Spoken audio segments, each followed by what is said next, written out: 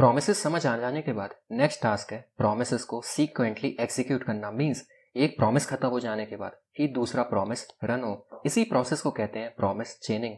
Promise चेनिंग की help से हम एसिंक्रोनस टास्क को रीडेबल एंड क्लीन वे में लिख सकते हैं बिना किसी कॉलबैक हेल में फंसे हुए। बस हमें एक डॉट देन के बाद दूसरा डॉट देन लगाते जाना है और हर स्टेप अपने प्रीवियस स्टेप के रिजल्ट पर डिपेंड करेगा। आज हम समझेंगे कि चेनिंग कैसे काम करती है। तो हेलो गाइस, मेरा नाम है लोकेंद्र। आप देख रहे हैं लोकी अनलॉक्ड, जहां हम अनलॉक करेंगे आपके ट्रू पोटेंशियल को। चलिए चलते कंप्यूटर स्क्रीन पर और शुरू करते हैं।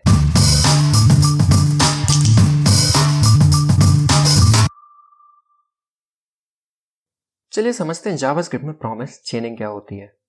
इन the previous video we learn how to run multiple promise together using methods like promise.all।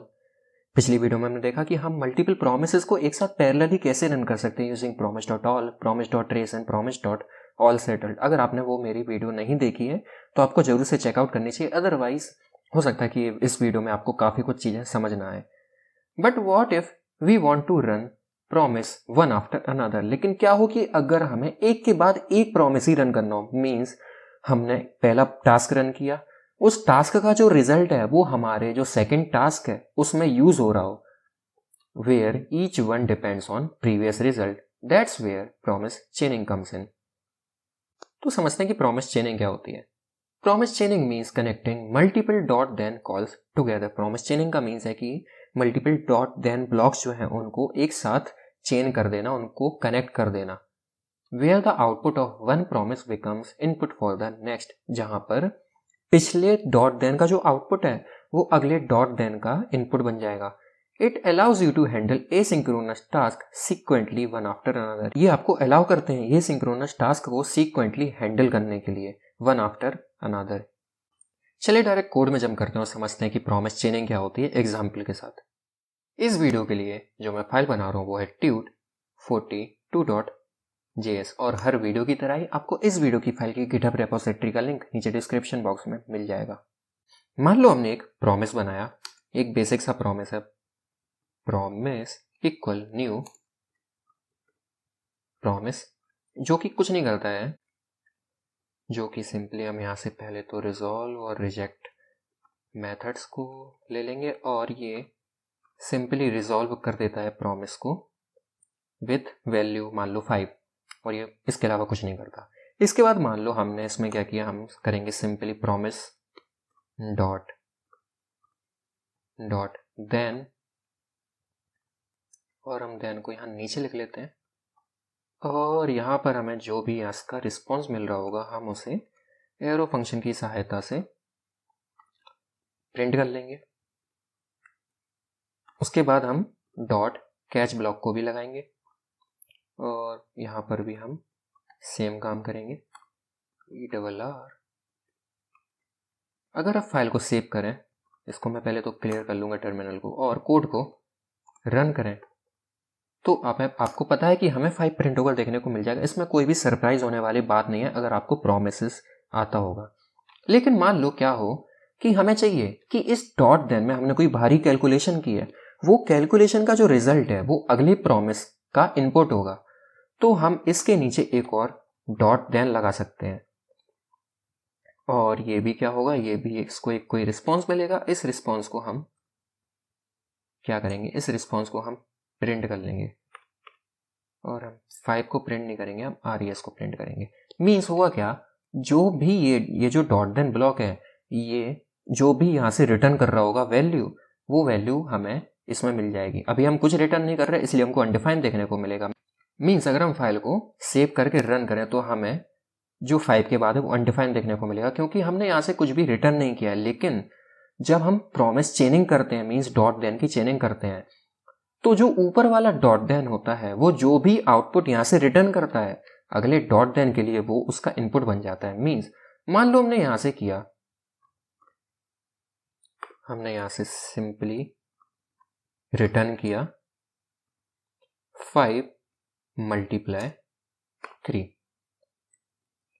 तो अब 5 मल्टीप्लाई 3 की जगह मैं RES मल्टीप्लाई 3 करूंगा, तो अब हमें क्या होगा, यहां से हमें 5 मिलेगा और जो RES में 5 होगा वो 3 से मल्टीप्लाई होगा 15, तो अब जो 15 है वो हमें यहाँ पर दूसरे वाले डॉट देन ब्लॉक में देखने को मिल जाएगा। मीन्स अगर हम फाइल को रन करें तो हमें 15 देखने को मिलेगा, क्योंकि हमने यहाँ पर तो कुछ भी प्रिंट नहीं किया है। लेकिन अगर मान लो हम यहाँ पर भी प्रिंट करें, मान लो हम इसको रिटर्न करने से पहले res की वैल्यू को प्रिंट भी कर लें, फाइल को अगर सेव करें तो पहले हमें 5 देखने को मिलेगा जो कि इस डॉट देन ब्लॉक में मिल रहा है। उसके बाद हमें 15 देखने को मिला जो कि हमें इस डॉट देन ब्लॉक में मिल रहा है, जो हम यहाँ से रिटर्न कर रहे हैं। मीन्स इसका जो आउटपुट होगा डॉट देन का, वो इस दूसरे डॉट देन का इनपुट बन जाएगा। सिमिलरली अगर हम एक और डॉट देन लगाते हैं और सेम काम करते हैं, हम सिंपली यहाँ पर कुछ नहीं करेंगे, हम res को प्रिंट कर लेंगे।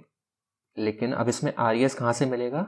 जो ये वाला डॉट देन ब्लॉक है वो रिटर्न करेगा। मान लो हमने यहाँ से रिटर्न कर दिया अगेन, या फिर मैं यहाँ पर ये लगाऊंगा और मैंने यहाँ से रिटर्न कर दिया मान लो res। उसके बाद मैंने इसको डिवाइड कर दिया 2 से, जो भी रिजल्ट होगा उसको हम 2 से डिवाइड करके उसको रिटर्न कर रहे हैं। तो अगर अब फाइल को सेव करेंगे तो हमें 7.5 मिलेगा और ये 7.5 हमें इस वाले डॉट देन ब्लॉक में मिला। तो उम्मीद है आपको ये प्रॉमिस चेनिंग समझ आई होगी। ये प्रॉमिस चेनिंग का यूज़ उस टाइम पर बहुत आता है जब हमें कॉल बैक हेल में फंस जाते हैं। कॉल बैक हेल में क्या होता है, हम एक कॉल बैक के अंदर दूसरा कॉल बैक, दूसरे कॉल बैक के अंदर तीसरा कॉल बैक हम देते चले जाते हैं। लेकिन जिससे क्या होता है कि रीडेबिलिटी कम हो जाती है, लेकिन जो प्रोमिसेस हैं वो इस चीज़ को सॉल्व कर देते हैं और हमारा जो कोड है वो कॉल बैक हेल से तो काफ़ी हद तक रीडेबल होता है। तो हमने बेसिक एग्जाम्पल देखा कि कैसे हम प्रॉमिस चेनिंग कर सकते हैं यूजिंग डॉट देन। उसके बाद है हैंडलिंग एरर इन चेन। अगर if any promise failed, dot catch will handle it. You don't need to write multiple catch statement. Means कहने का क्या मतलब है, मान लो ये जो तीनों डॉट देन ब्लॉक हैं, इन तीनों डॉट देन ब्लॉक में कोई एक एरर थ्रो कर रहा होता। मीन्स मान लो हमने यहां पर रिटर्न करने की जगह हमने कर दिया थ्रो एरर और हमने एक एरर पास कर दिया कस्टम एरर। अगर आप फाइल को सेव करेंगे, कोड को रन करेंगे, तो हमें एरर मिल जाएगा कस्टम एरर में और हमें यहाँ पर सिर्फ 5 प्रिंट होकर देखने को मिला। मीन्स होगा क्या कि जैसे हमारा प्रॉमिस रन होगा तो हमारा ये पहला वाला डॉट देन ब्लॉक चलेगा, उसके बाद दूसरा वाला डॉट देन ब्लॉक चलेगा, लेकिन ये एरर दे रहा था तो इसीलिए इसके जितने भी नीचे वाले डॉट देन ब्लॉक होंगे वो सारे नेग्लेक्ट कर दिए जाएंगे। डायरेक्ट कोड जो है वो हमारा डॉट कैच ब्लॉक में चला जाएगा। उम्मीद है ये चीज़ आपको समझ आई होगी। मीन्स होता क्या है, जिस वाले भी डॉट देन ब्लॉक में एरर आ रहा होता है उसके नीचे के जितने भी डॉट देन ब्लॉक होते हैं वो सारे इग्नोर कर दिए जाते हैं। डायरेक्ट जो कोड है वो हमारे कैच ब्लॉक में चला जाता है और जो भी हमने यहाँ से एरर थ्रो किया था वो हमें एरर यहाँ पर एरर मैसेज में देखने को मिल जाता है। उम्मीद है ये चीज़ आपको समझ आई होगी। हम डॉट देन ब्लॉक के अंदर एक प्रॉमिस को भी रिटर्न कर सकते हैं। Means you can return a new promise inside dot then to create nested async flow easily. कहने का क्या मतलब है, पहले तो मैं इसको कमेंट आउट करूंगा और यहाँ पर जो मैं डॉट देन लगा रहा था res और यहाँ से हम सिंपली रिटर्न कर रहे थे शायद res डिवाइडेड बाई 2 को। तो अभी तो हमने क्या किया, अभी हमने यहाँ पर मल्टीपल डॉट देन का यूज़ किया है, लेकिन हम कुछ ऐसे भी कर सकते हैं। मैं इसको कमेंट आउट करूंगा और ऊपर वाले प्रॉमिस को भी मैं कमेंट आउट कर दूंगा ताकि आपको कोड मिल जाए। उसके बाद मैं नीचे करूंगा। मीन्स कहने का क्या मतलब है कि ये जो प्रॉमिस है इसमें जो डॉट देन ब्लॉक है उस डॉट देन ब्लॉक में हम एक प्रॉमिस को रिटर्न कर सकते हैं। कहने का क्या मतलब है, हम यहाँ से मान लो कंसोल डॉट लॉग किया हमने अपने रिजल्ट को और इसके अंदर से हमने एक और रिटर्न कर दिया न्यू प्रॉमिस को। और ये प्रॉमिस आप जानते हैं कि या तो रिजॉल्व होगा या फिर रिजेक्ट, बट इस केस में हम सिर्फ रिजॉल्व ही कर देते हैं और ये रिजॉल्व हो जाएगा with result multiply by 3 value के साथ। और इस प्रॉमिस का जो भी रिजल्ट होगा वो हम यहाँ पर डॉट देन ब्लॉक लगाकर अपना जो आउटपुट है वो ले सकते हैं। हम यहाँ से सिंपली कर देंगे रिजल्ट और इस रिजल्ट को हम प्रिंट भी कर लेंगे। अगर फाइल को सेव करें, कोड को रन करें, तो हमें अगेन 5 और 15 ही देखने को मिलेगा।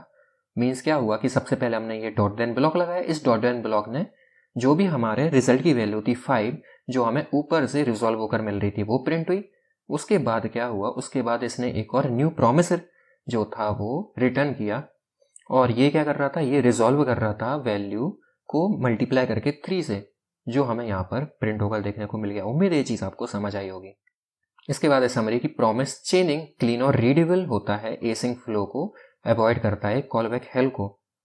हमने देखा कि प्रॉमिस चेनिंग का यूज करने से जो हमारा कोड है वो मोर मच रीडेबल होता है देन कॉल बैक हेल।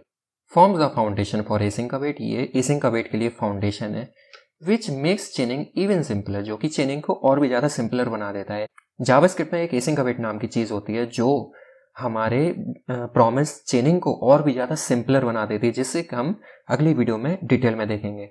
तो ये था प्रॉमिस चेनिंग के बारे में एक ब्रीफ एक्सप्लेनेशन। अगले वीडियो में हम एसिंग अवेट के बारे में पढ़ेंगे। अगर वीडियो पसंद आई हो तो लाइक करें, नए हो तो सब्सक्राइब करें चैनल को और बेल आइकन को दबाना मत भूलिएगा। धन्यवाद।